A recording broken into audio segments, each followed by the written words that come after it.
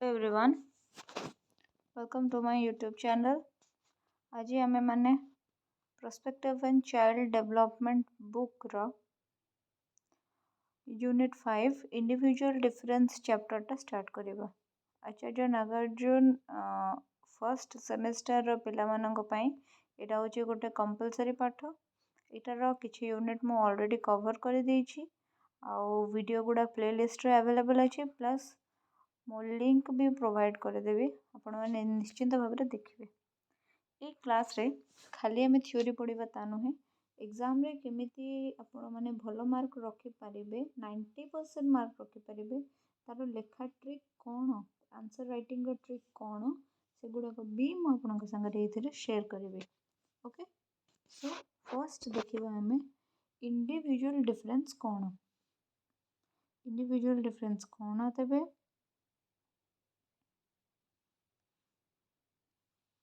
Charles E Skinner मत अनुसार people can differ and they do differ on any measurable trait of personality are different from each other. So individual difference माने कौन आपण मैंने जानी आपण मैंने आपण स्कूल सोसाइटी रे देखुवे प्रत्येक मनुष्यर मुह एका भाया देखा जाए ना प्रत्येक मनुष्यर व्यवहार एका भाया हो न था से भित्ति रे समस्त लोक मैंने कौन होती ना परस्पर ठारू अलग आउ से अलग हवापाई कि बहुत गुड़े कारण दरकार बहुत गुड़े कारण दायी रही था जमीक किए काहाठू उच्चतार कम किए काहाठू ओजन रे कम किए काहाठू इंटेलिजेंस रे कम किए काहाठू योग्यतार कम एमती बहुत किसी जिनसर डिफरेन्स थाए आटा को ही आम इंडिविजुअल डिफरेन्स बोली कही था। ओके सो एबे देखिबा टाइप्स ऑफ इंडिविजुअल डिफरेंस केतेटा टाइप रो इंडिविजुअल डिफरेंस अच्छी।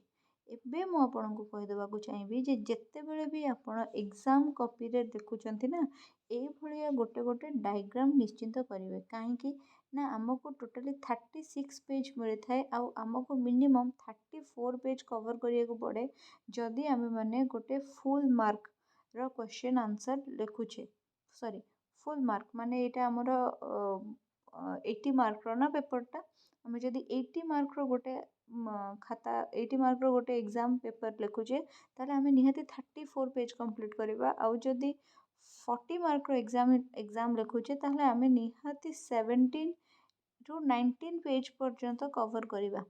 ठीक अछि सो हमको आम खाता रे अधा एमिति रोलिंग पेपर दिया ही थाए आउ अधा पूरा साधा कागज दिया ही थाए। रोलिंग पेपर रे लिखिले अक्षर सुंदर देखा जाए आ रोलिंग पेपर रे लिखिबा तो सहज किंतु साधा खाता जेतबे आसीबो आपनको अक्षर कदर्य हे कि जीवो ताको बैलेंस करी आपण लिखिबे आ जेतेबेले साधा कॉपी रे आपण लिखुचंती जदि एई भलिया गोटे गोटे डायग्राम कले ना ताहले आपणकर कोन हबो ना एक पेपर भी मैनेज हो आउ एई भलिया डायग्राम करिक लिखिबा द्वारा भलो मार्क भी आसीबो खातार केबे भी काटिबेनी गारेइबेनी आउ देखिबे 90% निहाती रहइबो। So types of individual difference कौन there are so many types attitude interest intelligence health difference in physique again sorry इटा इंटरेस्ट इंटेलिजेंस तापरे अचीवमेंट मोटर एबिलिटी ए भलिया विभिन्न जिनस कौन होइची ना हमर रहिची। ओके बहुत गुडी जिनस हमर रहिची इंडिविजुअल डिफरेंस पई कि गोटे गोटे करी देखिबा। फर्स्ट जदि आमे देखुछे कौन ना एटीट्यूड कौन our reaction towards an action is called attitude जदि कौनसी जिनिस प्रति आमे जे भलिया व्यवहार देखांती प्रदर्शित करिथांती ताकू ही हमर एटीट्यूड बोली कहा जाए। किए जदि हमको कहूची भाग आमे ताको चुप कहूचे सेटा हमर एंगर टाको शो करूची जदि आमे कि हमको कहूची भाग आमे साइलेंट रहि जाउचे सेटा हमर पोलाइटनेस को शो करूची बा कामनेस को शो करूची। कि जदि हमको भाग बोली कहूची आ आमे ताको हसी दउचे ताले हमर सेटा केते आमे कैजुअल केते आमे माने टेंशन फ्री से जिनसटा को शो करूची से सब जिनस को कलेक्टिवली आमे एटीट्यूड बोली कहथाउ। देन सेकेंड आसला इंटरेस्ट माने आमे के न जानि जदि कोनोसी गोटे कार्य करिबा पई कि इच्छा शक्ति डेडिकेशन सेटा को इंटरेस्ट बोली कहिथांती। सब लोक मानकर एटीट्यूड डिफरेंस होता है किए भाग कहले कौन करुच्ची ना चुप होगी से कथा शुणी दउची किए रिएक्ट करुच्ची। So our reaction towards any action is called attitude. Interest कौन सी कार्य करने को लोकर मनोवृत्ति केमिति रही ସବୁ ଲୋକଙ୍କର ତ ସମାନ ମନୋବୃତ୍ତି ରହିନଥିବ ପାଠ ପଢ଼ିବା ପାଇଁ। ଆପଣଙ୍କର ସବୁ ସାଙ୍ଗମାନଙ୍କର କ'ଣ ସମାନ ମନୋବୃତ୍ତି ଅଛି କି? ସେମିତି ସେ ତାପରେ ଆସିଲା ଇଣ୍ଟେଲିଜେନ୍ସ। ଇଣ୍ଟେଲିଜେନ୍ସ ମାନେ କ'ଣ? ଇଣ୍ଟେଲିଜେନ୍ସ ହେଉଛି ଇଣ୍ଟେଲିଜେନ୍ସ ହେଉଛି ଗୋଟେ ଆସ୍ପେକ୍ଟ ଯେଉଁଟାକି ଗୋଟେ ଲୋକ କେତେ ଅଧିକା କୌଣସି ଜିନିଷ ବିଷୟରେ ଚିନ୍ତା କରିପାରେ। କନଭର୍ଜେଣ୍ଟ ଥିଙ୍କିଂରେ ତାକୁ ଆମେ ଇଣ୍ଟେଲିଜେନ୍ସ ବୋଲି କହୁ। ଦେନ୍ ଆସିଲା ହେଲ୍ଥ। ସମସ୍ତଙ୍କର ହେଲ୍ଥ ସମାନ ନୁହେଁ। କାହାର କ'ଣ ଡିଜିଜ୍ ଥାଇପାରେ, କାହାର କିଛି ୱିକନେସ୍ ଥାଇପାରେ, କାହାର କିଛି କିଏ ହୁଏତ ଫିଜିକାଲି ଡିଜେବଲ୍ ହେଇଥାଇପାରେ କ'ଣ କରିବା ପାଇଁ। ଦେନ୍ ଆସିଲା ଡିଫରେନ୍ସ ଇନ୍ ଫିଜିକ୍। ସମସ୍ତଙ୍କର ଫିଜିକ୍ ମାନେ ସମସ୍ତଙ୍କର ବଡି ବି ସମାନ ନଥାଏ। କାହା ବଡି ଷ୍ଟ୍ରଙ୍ଗ ଥାଏ, କାହା ବଡି ୱିକ୍ ଥାଏ, କିଏ ଦେଖିବାକୁ ବହୁତ ହ୍ୟାଣ୍ଡସମ୍ ହେଇଥାଏ, କିଏ ଦେଖିବାକୁ ନଟ୍ ସୋ ହ୍ୟାଣ୍ଡସମ୍ ହେଇଥାଏ। ସୋ ଦେନ୍ ଏଗେନ୍ ଇଣ୍ଟେଲିଜେନ୍ସ ଆସିଲା, ଏଇଟା ମୁଁ ଅଲରେଡ଼ି କହିଦେଲି। ଦେନ୍ ଆଚିଭମେଣ୍ଟ। ସମସ୍ତେ ଏକା ଲେଭେଲର ଆଚିଭ୍ ବି କରିପାରନ୍ତି ନାହିଁ। କିଏ ଯଦି ତା ଲାଇଫରେ ଗୋଟେ ଡକ୍ଟର ହେଉଛି, ତାହେଲେ କିଏ ଗୋଟେ ଟ୍ରାକ୍ଟର ବି ଚଲାଉଛି। ଠିକ୍ ଅଛି। ସୋ ଆଚିଭମେଣ୍ଟ ୱାଇଜ୍ ବି ଲୋକମାନଙ୍କ ଭିତରେ ଡିଫରେନ୍ସ ଥାଏ। Motor ability. କିଛି କିଛି ପିଲା ଦେଖିଥିବେ ବହୁତ ଫୁର୍ତ୍ତି, ସେମାନେ କ'ଣ ବହୁତ ମସ୍କୁଲାର ହେଇଥିବେ, ଆଉ ସେମାନେ କ'ଣ କରିଥିବେ ନା ଇଆଡ଼େ ସିଆଡ଼େ ଦୌଡ଼ା ଦୌଡ଼ି କରୁଥିବେ, ବହୁତ ଫୁର୍ତ୍ତି ହେଇଥିବେ। ଆଉ କିଛି ଲୋକ ଲେଜି ହେଇଥିବେ। ଠିକ୍ ଅଛି। କାହାର ଗ୍ରସ୍ ମୋଟର ବହୁତ ଭଲ ଥିବ, ମାନେ କିଏ ବହୁତ ଉଞ୍ଚା ଉଞ୍ଚା ଜାଗାରେ ଚଢ଼ି ପାରୁଥିବ, ଡେଇଁ ପାରୁଥିବ, ନୃତ୍ୟ କରିପାରୁଥିବ। ଆଉ କାହାର ଫାଇନ୍ ମୋଟର ଭଲ ହେଇଥିବ, ଯେମିତିକି ସେ ପେଣ୍ଟିଂ ଭଲ କରିପାରୁଥିବ, ସୁନ୍ଦର ଅକ୍ଷରରେ ଲେଖିପାରୁଥିବ। ଏ ଯେଉଁ gross motor, fine motor and motor ability ବିଷୟରେ କହିଲି, ଏଇଟା ମୁଁ ଅଲରେଡ଼ି ମୋର ପ୍ରିଭିୟସ୍ କ୍ଲାସ୍ରେ ୟୁନିଟ୍ 1ରେ ଡିସ୍କସ୍ କରେଇ ଦେଇଛି। ଯିଏ ବି ନ ଦେଖିଛନ୍ତି ସେମାନେ ପ୍ଲେ ଲିଷ୍ଟ ଯାଇ ଦେଖିଦିଅନ୍ତୁ। ତାପରେ ଆଉ କ'ଣ ରହିଲା? Madnimer and Torman, as quoted by Dr. Ramnath Sharma. Dr. Ramnath Sharma, educational psychology have discovered the following difference between men and women. So men and women ମାନଙ୍କ ଭିତରେ କ'ଣ ଡିଫରେନ୍ସ ଅଛି ବୋଲି ଆମର ଏଜୁକେସନାଲ ସାଇକୋଲୋଜି କହୁଛି। ଦେଖିବା କ'ଣ ନା women are greater memory skill. women ମାନଙ୍କ ପାଖରେ ମନେ ରଖିବାର ଶକ୍ତି ଅଧିକ ଥାଏ। Good handwriting. ଝିଅମାନଙ୍କର ବା women ମାନଙ୍କର ହ୍ୟାଣ୍ଡରାଇଟିଂ ବେଶୀ ସୁନ୍ଦର ହେଇଥାଏ। Good linguistic ability. ସେମାନଙ୍କର ଲିଙ୍ଗୁଇଷ୍ଟିକ୍ ଆବିଲିଟି ମାନେ ଭାଷାର ବିକାଶ ବେଶୀ ଭଲ ଭାବରେ ହେଇଥାଏ। ସେମାନେ ଅତି ଭଲ ଭାବରେ ନିଜର ଭାବକୁ ପ୍ରକାଶ କରିପାରନ୍ତି। women ଡେଲିକେଟ୍। women ମାନେ ବହୁତ ଡେଲିକେଟ୍ ହେଇଥାନ୍ତି, ମାନେ ବହୁତ କୋମଳ ମନା ହେଇଥାନ୍ତି। ଦେନ୍ ସକ୍ୟୁମ୍ ଟୁ ସଜେସନ୍ସ ଇଜିଲି। ଯଦି କୌଣସି women ମାନଙ୍କୁ କିଛି ସଜେସନ୍ ଦିଆଯାଏ, ତାହେଲେ ସେ ସଜେସନ୍ଟାକୁ ଇଜିଲି ମାନି ନେଇଥାନ୍ତି। Take interest in stories like love, fairytales etcetera. women ମାନଙ୍କୁ ୟୁଜୁଆଲି କିଛି ଗପ ଭଲ ଲାଗେ, ଯେଉଁଗୁଡ଼ାକ କି ପ୍ରେମ କାହାଣୀ ହେଇଥାଏ, ଏଇଭଳିଆ ଗପ, ରାଜାରାଣୀର ଗଳ୍ପ ହେଇଥାଏ। ଏସବୁ ଗପ ଗୁଡ଼ାକ ତାଙ୍କୁ ଶୁଣିବା ପାଇଁ ଭଲ ଲାଗେ। ଏବେ ଦେଖିବା ମେନ୍ ମାନଙ୍କ କ୍ଷେତ୍ରରେ କ'ଣ। women ମାନଙ୍କ ବିଷୟରେ ଆମେ ପଢ଼ିଲେ, ଏବେ ଦେଖିବା ମେନ୍ ମାନଙ୍କ କ୍ଷେତ୍ରରେ କ'ଣ। ମେନ୍ ମାନଙ୍କ କ୍ଷେତ୍ରରେ କ'ଣ ହୁଏ ନା, ମେନ୍ ମାନଙ୍କର ଗ୍ରେଟ୍ ମୋଟର ସ୍କିଲ୍ ଥାଏ। ସେମାନଙ୍କର ବଡିଲି ମୁଭମେଣ୍ଟ ବେଶୀ ହେଇଥାଏ। ସେମାନେ ଫିଜିକାଲି ବେଶୀ ଷ୍ଟ୍ରଙ୍ଗ ହେଇଥାନ୍ତି, ବେଶୀ ଦୌଡ଼ା ଦୌଡ଼ି, ଡିଆଁ କୁଦ ଇତ୍ୟାଦି କରନ୍ତି ହେଲା। ତାପରେ ସେମାନେ ଗୁଡ୍ ଇନ୍ ଲଜିକ୍। ସେମାନଙ୍କର ତର୍କ ଭଲ ହେଇଥାଏ। women ମାନଙ୍କ ପାଖେ ତର୍କ କମ୍ ଥାଏ ବୋଲିକା ଏଜୁକେସନାଲ ସାଇକୋଲୋଜି କହୁଛି ତୁମେ କି ମୁଁ ନୁହେଁ। ଆମେ ତ ଜାଣିଛେ ଯେ women ମାନେ ବି ଯୁକ୍ତି କଲେ ସମସ୍ତଙ୍କୁ ପିଛା ଛୁଡ଼େଇ ଦେବେ। ତାପରେ ସେଠୁ good in math, physics and chemistry.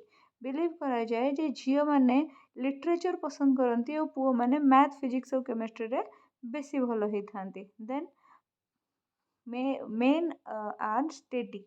ସେମାନେ ସ୍ଥିର ହେଇଥାନ୍ତି, ତାଙ୍କ ପାଖରେ ସ୍ଥାୟିତ୍ୱ ବେଶୀ ଦେଖାଯାଇଥାଏ। ଝିଅମାନେ ଚଳଚଞ୍ଚଳ ହେଇଥାନ୍ତି। ଦେନ୍ ମେନ୍ ଆର୍ ମୋର୍ କଲର୍ ବ୍ଲାଇଣ୍ଡ। ଏକଥା ବି କୁହାଯାଇଛି ଯେ ଯେଉଁ କଲର୍ ବ୍ଲାଇଣ୍ଡନେସ୍ ଗୋଟେ ଅଛି, ହେରିଡେଟାରୀ ଡିଜିଜ୍, ସେଇଟା ମେନ୍ ମାନଙ୍କ କ୍ଷେତ୍ରରେ ଦେଖାଯାଏ ସବୁଠାରୁ ବେଶୀ ମାତ୍ରାରେ। ଏମାନେ take interest in stories of heroes. ଲୋକ ରାଜାମାନଙ୍କର ବୀରତ୍ୱର କାହାଣୀ, କୌଣସି ଗୋଟିଏ ବ୍ୟକ୍ତିର ବୀରତ୍ୱର କାହାଣୀ ବିଷୟରେ ସେମାନେ ଶୁଣିବା ପାଇଁକି ବେଶୀ ପସନ୍ଦ କରନ୍ତି। ତାପରେ ଆମେ ଦେଖିବା କଜେସ୍ ଅଫ୍ ଇଣ୍ଡିଭିଜୁଆଲ୍ ଡିଫରେନ୍ସ। ଇଣ୍ଡିଭିଜୁଆଲ୍ ଡିଫରେନ୍ସର କାରଣ ଗୁଡ଼ାକ କ'ଣ ହେଇପାରେ। ଇଣ୍ଡିଭିଜୁଆଲ୍ ଡିଫରେନ୍ସର କାରଣ ଗୋଟେ ହେଇପାରେ ହେରିଡିଟି। ହେରିଡିଟି ମାନେ ବଂଶାନୁକ୍ରମ ବା ବଂଶାନୁକ୍ରମ ନିୟମ। ଯେତେବେଳେ ଆମେ ଆମେ ଧର ସମ୍ପ୍ରଦାୟ ଭିତ୍ତିରେ ଲୋକମାନଙ୍କୁ ଡିଫରେନ୍ସିଏଟ୍ କରୁଛେ, ତାହେଲେ ମୁସଲିମ ଘରେ ମୁସଲିମ ଛୁଆ ଜନ୍ମ ହେବ, ହିନ୍ଦୁ ଘରେ ହିନ୍ଦୁ ଛୁଆ ଜନ୍ମ ହେବ। ଆମେ ଯଦି ଜାତି ଭିତ୍ତିରେ କରୁଛେ, ତାହେଲେ ବ୍ରାହ୍ମଣ ଘରେ ବ୍ରାହ୍ମଣ ଛୁଆ ଜନ୍ମ ହେବ, କ୍ଷତ୍ରିୟ ଘରେ କ୍ଷତ୍ରିୟ ଛୁଆ ଜନ୍ମ ହେବ। ଆମେ ଯଦି ଶରୀରର ରଙ୍ଗ ବି ଦେଖିକି ଡିଫରେନ୍ସିଏଟ୍ କରୁଛେ, ତାହେଲେ ଗୋଟିଏ ଶ୍ୟାମଳ ଲୋକର ଶିଶୁଟିଏ ଶ୍ୟାମଳ ହେବାର ବେଶୀ ଚାନ୍ସେସ୍ ଅଛି, ଆଉ ଗୋଟିଏ ଧବଳ ଲୋକର ଶିଶୁ ଧବଳ ହେବାର ବେଶୀ ଚାନ୍ସେସ୍ ଅଛି। ସୋ ଏଇଟା ହେଲା ହେରିଡ଼ିଟି। ଯିଏ ଯେଉଁ ଭଳିଆ ବଂଶଗୁଣ ନେଇକି, ଆମେ ଯେଉଁଟା କୁହନ୍ତି ବଂଶଗୁଣର ବାହକ କିଏ, ଡିଏନ୍ଏ ନେଇକି ଜନ୍ମ ହେବ, ଯାହା ପାଖେ ଯେଉଁ ଜିନ୍ ଥିବ ସିଏ ସେଇଭଳିଆ ହିଁ ହେବ। ତ ସେ ଅନୁସାରେ ହେରିଡ଼ିଟାରୀ ଲୋକମାନେ ପରସ୍ପର ଠାରୁ ଅଲଗା ହେଇଥାନ୍ତି। ମୁଁ ମୋ ବାପା ଭଳିଆ ଦେଖାଯିବି, ତୁମେ ତୁମ ବାପା ଭଳିଆ ଦେଖାଯିବ। ଠିକ୍ ଅଛି। ଦେନ୍ ନେକ୍ସଟ ଆସିଲା ଏନଭାୟରମେଣ୍ଟ। ଯିଏ ଯେଉଁ ଏନଭାୟରମେଣ୍ଟରେ ରହିଛି, ଆମେ ଆଜି ଓଡ଼ିଶାରେ ଏଇ ଏନଭାୟରମେଣ୍ଟରେ ରହିଛେ, ଆମେ ଯଦି ୟୁଏସ୍ଏରେ ଯାଇକି ସେ ଏନଭାୟରମେଣ୍ଟରେ ରହିଥାନ୍ତେ, ତାହେଲେ ଆମର ହ୍ୟାବିଟ୍ ଆଉ ଆମର ଆଡପ୍ଟେସନ୍ ଆଜି ଅଲଗା ହେଇଥାନ୍ତା। ଓଡ଼ିଶାର ଏନଭାୟରମେଣ୍ଟରେ ଯେଉଁ ପିଲାମାନେ ବଢ଼ିଛନ୍ତି, ତାଙ୍କ ପରବରିଶ ଆଉ ତାଙ୍କର ଲାଇଫଷ୍ଟାଇଲ୍, ଆଉ ୟୁଏସ୍ଏରେ ଯେଉଁ ପିଲା ବଢ଼ିଛି ତାର ପରବରିଶ ଆଉ ଲାଇଫଷ୍ଟାଇଲ୍ ଭିତରେ ଡିଫରେନ୍ସ ଅଛି। ଦେନ୍ ଆସିଲା ଏଜ୍ ଆଣ୍ଡ ଇଣ୍ଟେଲିଜେନ୍ସ। ବୟସ ଏବଂ ଇଣ୍ଟେଲିଜେନ୍ସ ଦୃଷ୍ଟିରୁ ମଧ୍ୟ ପିଲାମାନେ ଅଲଗା ଅଲଗା ହେଇଥାନ୍ତି। ସମସ୍ତେ ତ ଏକା ବୟସର ପିଲା ପାଠ ପଢ଼ନ୍ତିନି। କାହାର ଜନ୍ମ 2004ରେ ହେଇଥିବ, କାହାର 5ରେ ହେଇଥିବ, କାହାର 6ରେ ହେଇଥିବ। ପ୍ଲସ୍ ସେମାନଙ୍କର ଇଣ୍ଟେଲିଜେନ୍ସ ବି ଭ୍ୟାରି କରେ। ତାପରେ ସେଠୁ ଆସିଲା caste and race. Caste and race ମାନେ ସେମାନଙ୍କର ଜାତି ଏବଂ ସେମାନଙ୍କର କୁଳ ବା ବଂଶ। ଠିକ୍ ଅଛି। ଏଇ ଦୃଷ୍ଟିରୁ ବି ସେମାନେ ଅଲଗା ହେଇଥାନ୍ତି। କିଏ କ୍ଷତ୍ରିୟ ବଂଶୀ ହୋଇଥାଏ, କିଏ ବୈଶ୍ୟ ବଂଶୀ, କିଏ ବ୍ରାହ୍ମଣ ବଂଶୀ। ତାପରେ ଆସିଲା ସେଲ୍ଫ ଡିଫରେନ୍ସ। ୟା ଏତିକ ବାଦ ପ୍ରତ୍ୟେକ ବ୍ୟକ୍ତି ଅନ୍ୟଠାରୁ ବ୍ୟକ୍ତିଗତ କାରଣରୁ ମଧ୍ୟ ଅଲଗା ହୋଇଥାଏ। ମୁଁ ମୋର ନିଜର ଭଉଣୀ ଭଳିଆ ବି ହେଇପାରିବିନି, ତାର କିଛି ଅଲଗା କ୍ୟାରେକ୍ଟରିଷ୍ଟିକ୍ସ ଅଛି, ତାର କିଛି ଅଲଗା ନେଚର ଅଛି, ଆଉ ମୋର କିଛି ଅଲଗା ନେଚର ଅଛି। ସେଟାକୁ କୁହନ୍ତି ଆମେ ସେଲ୍ଫ ଡିଫରେନ୍ସ। ଦେନ୍ ଆସିଲା ମ୍ୟାଚୁରିଟି। ମ୍ୟାଚୁରିଟି ମାନେ ହେଲା ପରିପକ୍ୱତା। ଗୋଟିଏ ବୟସ ଆସିଲେ ଏବଂ ସୋସାଇଟିରୁ କିଛି କିଛି ଏକ୍ସପିରିଏନ୍ସ ନେଇକି ଲୋକଟା ଧୀରେ ଧୀରେ କ'ଣ ହୁଏ ନା ସମୟ ସାଙ୍ଗରେ ମ୍ୟାଚ୍ୟୁର୍ ହେଇଯାଏ। ଆଉ ସମସ୍ତଙ୍କର ସବୁ 50 ବର୍ଷ ବୟସର ଲୋକମାନଙ୍କର ଯଦି 5ଟା ଲୋକ ଆମେ ନେବା, ତାହେଲେ ସମସ୍ତଙ୍କର ମ୍ୟାଚୁରିଟି ଅଲଗା ଅଲଗା ହେଇଥିବ। ସମସ୍ତେ ଗୋଟିଏ ସମସ୍ୟାର ସମାଧାନ ଗୋଟିଏ ଉପାୟରେ, ଗୋଟେ ନିର୍ଦ୍ଦିଷ୍ଟ ଉପାୟରେ କରିବେନି। ସମସ୍ତେ ସମାଧାନର ଉପାୟ ପାଇଁକି ଭିନ୍ନ ଭିନ୍ନ ପନ୍ଥା ଖୋଜିବେ। ତାପରେ ଆସିଲା ଆଉ ଗୋଟେ ସେକ୍ସ ଡିଫରେନ୍ସ। ସେକ୍ସ ଡିଫରେନ୍ସ ବିଷୟରେ କିଏ ନ ଜାଣିଛନ୍ତି? ସେକ୍ସ ଡିଫରେନ୍ସ କ'ଣ ନା, ଆମର ଗୋଟେ ହେଲା ତ ମେଲ୍, ଗୋଟେ ହେଲା ତ ଫିମେଲ୍, ଆଉ ଗୋଟେ ଅଛି କ'ଣ LGBTQ। ଯେଉଁ ଏଇ LGBTQର ଫୁଲ୍ ଫର୍ମ କ'ଣ? ମୋତେ ଟିକେ କମେଣ୍ଟ କରି ଜଣେଇବେ ତ। ତାପରେ ଆସିଲା କଗ୍ନିଟିଭ୍ ଆବିଲିଟି। କଗ୍ନିଟିଭ୍ ଆବିଲିଟି ମାନେ କ'ଣ? ମେଣ୍ଟାଲ୍ ଆବିଲିଟି ଅନୁସାରେ ବି ଲୋକମାନଙ୍କ ଭିତରେ ଡିଫରେନ୍ସ ଥାଏ। ସେଗୁଡ଼ାକ କ'ଣ ଦେଖିବା ନା, ଡିଲ୍ ୱିଥ୍ ଆବଷ୍ଟ୍ରାକ୍ସନ୍। କୌଣସି ଗୋଟେ ପ୍ରୋବ୍ଲେମେଟିକ୍ ସିଚୁଏସନ୍ ଯଦି ଆସିଯାଉଛି, ସବୁ ଲୋକ 5ଟା ଲୋକ ଆମେ ନେବା, 5ଟା ଲୋକ ସେଇ ପ୍ରୋବ୍ଲେମେଟିକ୍ ସିଚୁଏସନ୍ ସାଙ୍ଗରେ ଗୋଟିଏ ନିର୍ଦ୍ଦିଷ୍ଟ ପ୍ରକାରରେ ଡିଲ୍ କରିବେନି, ବା ସେଇ ସମସ୍ୟାର ସମାଧାନ କରିବା ପାଇଁ ଗୋଟିଏ ମାତ୍ର ପନ୍ଥା ସମସ୍ତେ ଅବଲମ୍ବନ କରିବେ ନାହିଁ। ସମସ୍ତଙ୍କର ତରିକା ନିଶ୍ଚିତ ଭାବରେ ଅଲଗା ଅଲଗା ହେଇଥିବ। Make adjustment with environment. Environment ସାଙ୍ଗରେ ଖାପ ଖୁଆଇ ଚଳିବାର ଦକ୍ଷତା ସମସ୍ତଙ୍କ ପାଖେ ଅଲଗା ଅଲଗା ହୋଇଥିବ। ଯଦି ଆମେ 5 ଜଣଙ୍କୁ ନେବା, ଆଉ ଗୋଟିଏ କ୍ରାଉଡି ଏନଭାୟରମେଣ୍ଟରେ, ଗୋଟିଏ ଜନବହୁଳ ଏନଭାୟରମେଣ୍ଟରେ ଛାଡ଼ିଦେବା, ତାହେଲେ 5 ଜଣଙ୍କ ଭିତରୁ କିଏ ସେ ସମସ୍ତଙ୍କ ସାଙ୍ଗରେ ସାଙ୍ଗ ହେଇଯିବ, କିଏ ସମସ୍ତଙ୍କ ଠାରୁ ଅଲଗା ହେଇଯିବ, କିଏ ଖୁବ୍ ବିରକ୍ତି ଭାବ ପ୍ରକାଶ କରିବ। ସୋ ସମସ୍ତଙ୍କର ଏନଭାୟରମେଣ୍ଟରେ ଆଡ଼ଜଷ୍ଟ କରିବାର କ୍ଷମତା ମଧ୍ୟ ଅଲଗା ଅଲଗା ହେଇଥାଏ। ତାପରେ ସେଠୁ କ'ଣ? Adapt new thing. କୌଣସି ଗୋଟିଏ ନୂତନ ଜିନିଷକୁ ଆଡପ୍ଟ କରି ନେବାରେ, ବା କୌଣସି ଗୋଟିଏ ନୂତନ ସ୍ଥାନରେ ନୂତନ ଖାଦ୍ୟ ସାଙ୍ଗରେ, ବା ଗୋଟିଏ ନୂତନ ବସ୍ତ୍ର ସାଙ୍ଗରେ, ନୂତନ ଲୋକମାନଙ୍କ ସାଙ୍ଗରେ ସମଯୋଜନ କରେଇବା ପାଇଁ ଲୋକଟାକୁ, ସବୁ ଲୋକଙ୍କୁ କ'ଣ ହୁଏ ନା, ଡିଫରେଣ୍ଟ ୱେରେ ସେ ସିଚୁଏସନ୍ଟାକୁ ସମସ୍ତେ ହ୍ୟାଣ୍ଡେଲ୍ କରନ୍ତି। ଦେନ୍ ଆଉ ଗୋଟେ ଆସିଲା ସଲ୍ଭ ପ୍ରୋବ୍ଲେମ୍ ଇଣ୍ଡିପେଣ୍ଡେଣ୍ଟଲି। ଯେତେବେଳେ ଆମେ ସାଙ୍ଗ ହେଇକି କୌଣସି ଗୋଟେ ପ୍ରୋବ୍ଲେମ୍ ସଲ୍ଭ କରୁ, ସେତେବେଳର ସିଚୁଏସନ୍ ଅଲଗା ଥାଏ। କିନ୍ତୁ ସେଇ ପ୍ରୋବ୍ଲେମ୍ରେ ଯଦି ଆମକୁ ଏକା ଛାଡ଼ି ଦିଆଯାଏ, ତାହେଲେ ଆମେ ସେଇ ପ୍ରୋବ୍ଲେମ୍ର ସଲ୍ୟୁସନ୍ ଇଣ୍ଡିପେଣ୍ଡେଣ୍ଟଲି କାଢ଼ିଲା ବେଳେ ଆମ 7 ଜଣ, ଯେ ଆମେ 5 ଜଣ, ଏଇଟା ଦେଖିବା, ଆମେ 5 ଜଣ ଯେଉଁମାନେ କି ଟିକେ, ଆମେ 5 ଜଣ ସାଙ୍ଗ, ଧର ଆମେ 4 ଜଣ ସାଙ୍ଗ, ଆମେ ମିଶିକି ଏକ୍ସ ବୋଲି ଗୋଟେ ପ୍ରୋବ୍ଲେମ୍କୁ କ'ଣ କରିଥିଲୁ ନା, ସଲ୍ଭ କରିଥିଲୁ। କିନ୍ତୁ ଯଦି ୱାଇ ପ୍ରୋବ୍ଲେମ୍ ଆମକୁ ଗୋଟେ ଦିଆଯାଏ ଆଉ ଆମ 4 ଜଣଙ୍କୁ ଅଲଗା କରି ଦିଆଯାଏ ତାହେଲେ ଏଇ ୱାଇ ପ୍ରୋବ୍ଲେମ୍କୁ ସଲ୍ଭ କରିବା ପାଇଁକି ଆମ ସମସ୍ତଙ୍କର ଆପ୍ରୋଚ୍ ଅଲଗା ରହିବ। ସିଏ ଲେଖିଛି ସଲ୍ଭ ପ୍ରୋବ୍ଲେମ୍ ଇଣ୍ଡିପେଣ୍ଡେଣ୍ଟଲି। ଯେତେବେଳେ ଆମେ ଇଣ୍ଡିପେଣ୍ଡେଣ୍ଟଲି କୌଣସି ଗୋଟେ ପ୍ରୋବ୍ଲେମ୍କୁ ସଲ୍ଭ କରୁ ସେତେବେଳେ ଆମର ଇଣ୍ଡିଭିଜୁଆଲ୍ ଡିଫରେନ୍ସଟା ଭଲ ଭାବରେ ଜଣାଯାଇଥାଏ। ଦେନ୍ ଆଉ ଗୋଟେ ପଏଣ୍ଟ ହେଲା କ'ଣ ନା ଆବିଲିଟି ଟୁ ଲର୍ନ। ସମସ୍ତଙ୍କର ଲର୍ଣ୍ଣିଂ ଆବିଲିଟି ବି ସମାନ ହେଇନଥାଏ। ସମସ୍ତଙ୍କର ଆବିଲିଟିରେ କିଛି ନା କିଛି ଡିଫରେନ୍ସ ନିହାତି ଦେଖିବାକୁ ମିଳେ। କେଉଁ ପିଲାଟା ଥରେ ପଢ଼ିଲେ ବୁଝିଯାଉଛି, ଥରେ ବୁଝେଇଲେ ମନେ ରଖିଦେଉଛି, କେଉଁ ପିଲାଟା 5 ଥର ବୁଝେଇଲା ପରେ ବି ଡାଉଟ୍ ରଖୁଛି। ଠିକ୍ ଅଛି। ତାପରେ ଦେଖିବା ଆଉ ଗୋଟେ ଜିନିଷ ଯେଉଁଟାକି ଡେଫିନେସନ୍ ବାଇ ରୋଷ ଇଣ୍ଟେଲିଜେନ୍ସ ବିଷୟରେ କ'ଣ ଡେଫିନେସନ୍ ଦେଇଛନ୍ତି ଦେଖିବା। ରୋଷ କ'ଣ ଦେଇଛନ୍ତି, ଟର୍ମ୍ୟାନ୍ କ'ଣ ଦେଇଛନ୍ତି, ଉଡ୍ରୋ କ'ଣ ଦେଇଛନ୍ତି ଦେଖିଦେବା। ଡେଫିନେସନ୍ ଅଫ୍ ରୋଷ କ'ଣ କହିଛନ୍ତି, intelligence as a conscious adaptation to new situation. ରୋଷଙ୍କ ଭାଷାରେ ଇଣ୍ଟେଲିଜେନ୍ସ ହେଉଛି ଗୋଟେ କନସିୟସ୍ ଆଡାପ୍ଟେସନ୍। କନସିୟସ୍ ମାନେ ଚେତନ ବେଳାର ଆଡପ୍ଟେସନ୍। ଚେତନ ସମୟରେ ମନୁଷ୍ୟ ଯେଉଁ ଜିନିଷ ସାଙ୍ଗରେ ସମଯୋଜିତ ହେଇଯାଏ ବା ସମଯୋଜନକ୍ଷମ ହେଇଯାଏ ଗୋଟେ ନ୍ୟୁ ସିଚୁଏସନ୍ ସାଙ୍ଗରେ, ତାକୁ ଆମେ ଇଣ୍ଟେଲିଜେନ୍ସ ବୋଲି କହୁ। ଦେନ୍ ସେକେଣ୍ଡ ଆସିଲା କ'ଣ, ଟର୍ମ୍ୟାନ୍ କ'ଣ କହିଛନ୍ତି, intelligence is the ability to think in term of abstract idea. Terman କହିଛନ୍ତି ଇଣ୍ଟେଲିଜେନ୍ସ ହେଉଛି ଗୋଟେ ଆବିଲିଟି, ଗୋଟେ ଦକ୍ଷତା, ଯାହା ଫଳରେ କି ଗୋଟିଏ ମନୁଷ୍ୟ ଆବଷ୍ଟ୍ରାକ୍ଟ ଆଇଡ଼ିଆ ଉପରେ କ'ଣ କରିପାରିବ ନା ପ୍ରୋବ୍ଲେମ୍ ସଲଭିଂ ଆଇଡ଼ିଆ ଉପରେ କ'ଣ କରିପାରିବ ନା ଚିନ୍ତା କରିପାରିବ। ତାପରେ ସେଠୁ ଉଡ୍ରୋ କ'ଣ କହିଛନ୍ତି, intelligence is an ଆକ୍ୱାରିଂ capacity. Intelligence ହେଉଛି ଗୋଟେ ଆକ୍ୱାରିଂ କ୍ୟାପାସିଟି ଯେଉଁଥିରେ କି ମନୁଷ୍ୟ ନୂତନ ଜିନିଷ ଆକ୍ୱାର କରିଥାଏ। ଠିକ୍ ଅଛି। ୟା ପରେ ଦେଖିବା ଇଣ୍ଟେଲିଜେନ୍ସର କିଛି ଥିଓରି, ତା ଆଗରୁ ଦେଖିବା କିଛି ଇଣ୍ଟେଲିଜେନ୍ସ ବିଷୟରେ ଅଧିକ ତଥ୍ୟ। ଇଣ୍ଟେଲିଜେନ୍ସର ଡେଫିନେସନ୍ ଦେଖିଦେବା। Alertness with regard to the actual situation of life is an index of intelligence। ଠିକ୍ ଅଛି। ଲାଇଫ୍ରେ ଯଦି କିଛି ଗୋଟେ ଆକ୍ଚୁଆଲ୍ ସିଚୁଏସନ୍ ଆସେ ଯେଉଁଟାକି ପ୍ରୋବ୍ଲେମେଟିକ୍ ହେଇଥାଏ ଓ ଚ୍ୟାଲେଞ୍ଜିଂ ହେଇଥାଏ ଆଉ ଆମେ ସେଥିପାଇଁ ଆଲର୍ଟ ରହୁ ବା ଆମେ ସେଥିପାଇଁ କନସିୟସ୍ ରହୁ, ଆମେ ସେଥିପାଇଁ ପ୍ରସ୍ତୁତ ରହୁ, ତାକୁ ହିଁ ଇଣ୍ଟେଲିଜେନ୍ସ ବୋଲି କୁହାଯାଏ। ତୁମ ଲାଇଫ୍ରେ ଯଦି ହ୍ୟାପିନେସ୍ ଆସୁଛି ତାହେଲେ ତୁମେ ସେ ଖୁସିଟାକୁ ଅନୁଭବ କରିବା ପାଇଁକି ପୁରାପୁରି ଆଲର୍ଟ ରହିଥିବ। ତୁମ ଲାଇଫ୍ରେ ଯଦି ସ୍ୟାଡ଼ନେସ୍ ଆସୁଛି ତାହେଲେ ସେ ଦୁଃଖଟାକୁ ଝେଲିବା ପାଇଁକି ତୁମେ ପୁରାପୁରି ଆଲର୍ଟ ରହିଥିବ, ହେଲା, ପ୍ରସ୍ତୁତ ରହିଥିବ। ତାକୁ ହିଁ କହିବା ଇଣ୍ଟେଲିଜେନ୍ସ। ମାନେ ଜୀବନର ପ୍ରତ୍ୟେକ ସମୟ ସାଙ୍ଗରେ ଠିକ୍ ଭାବରେ ଡିଲ୍ କରିବାକୁ ଆମେ ଇଣ୍ଟେଲିଜେନ୍ସ ବୋଲି କହିଥାଉ। Intelligence is a Latin word which means cognitive process. Intelligence ହେଉଛି ଗୋଟେ ଲାଟିନ୍ ୱାର୍ଡ଼ ଯାହାର ଅର୍ଥ ହେଉଛି କଗ୍ନିଟିଭ୍ ପ୍ରୋସେସ୍। କଗ୍ନିଟିଭ୍ ପ୍ରୋସେସ୍ ମାନେ ମେଣ୍ଟାଲ୍ ପ୍ରୋସେସ୍, ମାନସିକ ପ୍ରକ୍ରିୟା। ଠିକ୍ ଅଛି। Intelligence is defined as the capacity to accumulate knowledge and put it into use. Intelligence ମାନେ କ'ଣ ନା ଗୋଟେ ଦକ୍ଷତା, ଗୋଟେ କ୍ୟାପାସିଟି ଟୁ ଆକ୍ୟୁମୁଲେଟ୍ ମାନେ ଗ୍ରହଣ କରିବା, ନଲେଜ୍ ଜ୍ଞାନ, and put it into use. Intelligence ମାନେ ହେଉଛି ଆମ ପାଖରେ ଯେଉଁ ଦକ୍ଷତା ଅଛି କିଛି ଜ୍ଞାନ ଆହରଣ କରିବାକୁ ଆଉ ତା'ର ଠିକ୍ ବ୍ୟବହାର କରିବାକୁ। ଠିକ୍ ଅଛି। ସୋ ଇଣ୍ଟେଲିଜେନ୍ସର ନେଚର ଦେଖିଦେବା କ'ଣ କ'ଣ ରହିଛି।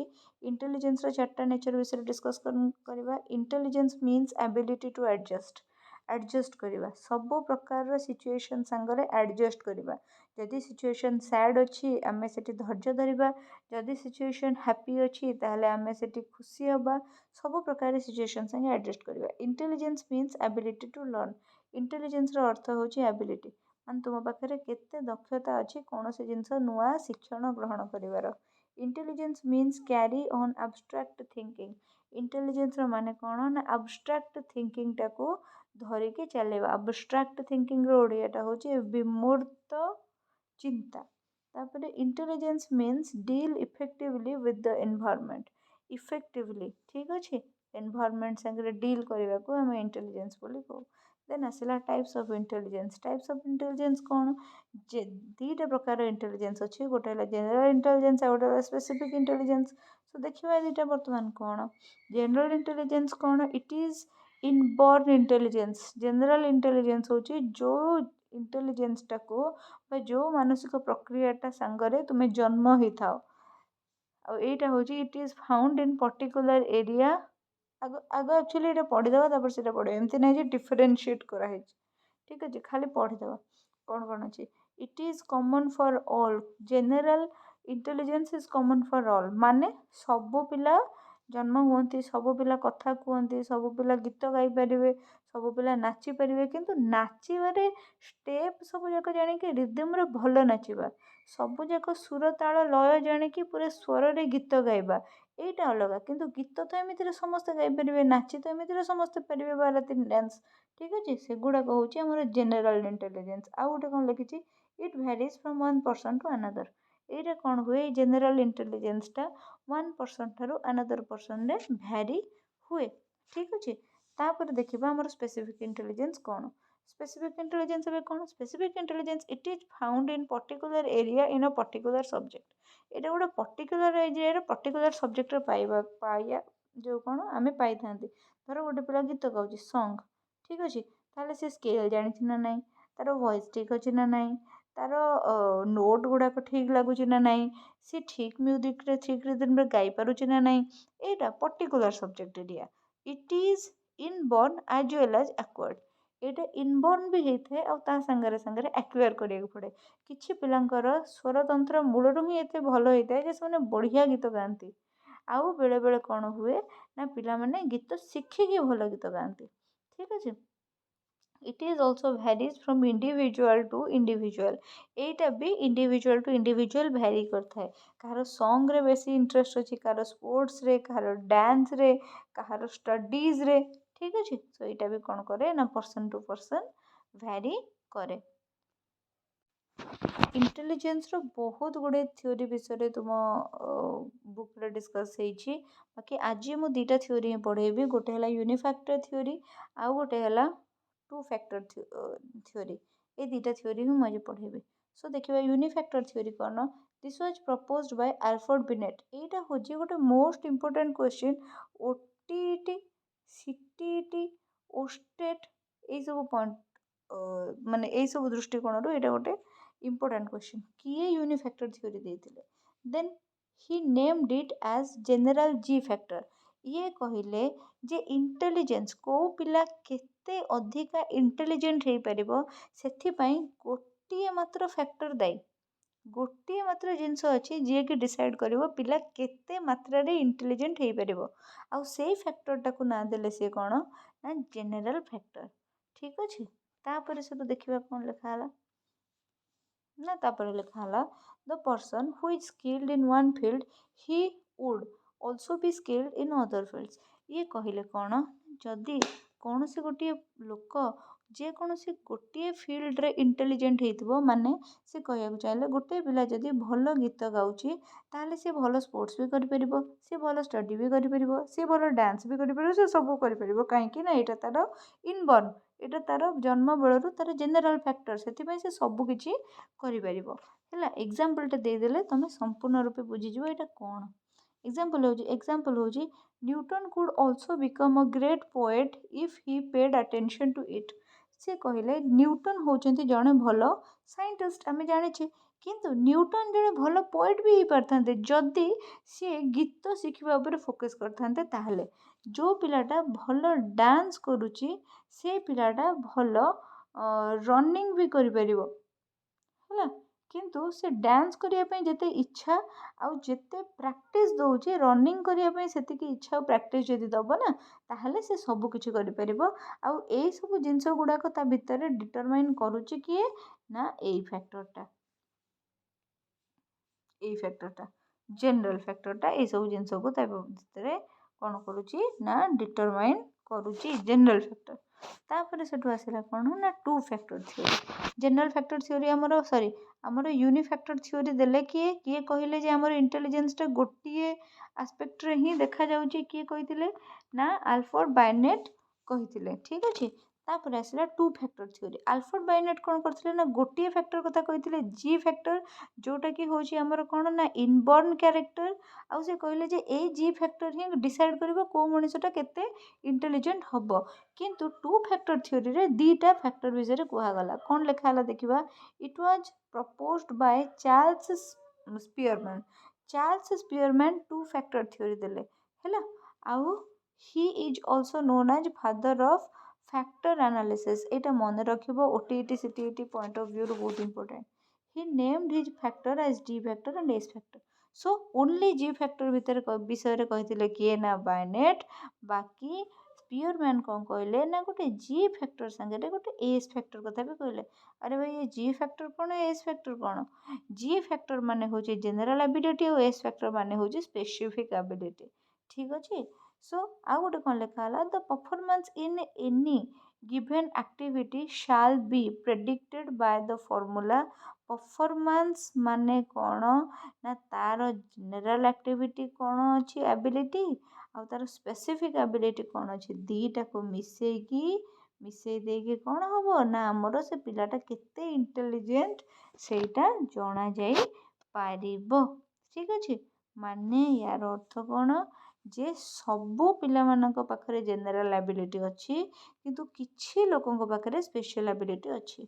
आमे समस्ते X Y Z P Q R S समस्ते गीत गाई पारुछंती किंतु सोनू निगम बहुत भल गीत गाती कहीं ना आम समस्त पाखे यहाँ हूँ जनरल एबिलिटी और सोनू निगम पाखे यहाँ हूँ स्पेशल एबिलिटी। जिते बड़े एग्जाम रे लिखिबे जमा पैराग्राफ करी लिखिबेनी सब बेले कौन करेंगे ना एमती तीर मारिकी I double I triple I करके लिखिबे नंबर 1।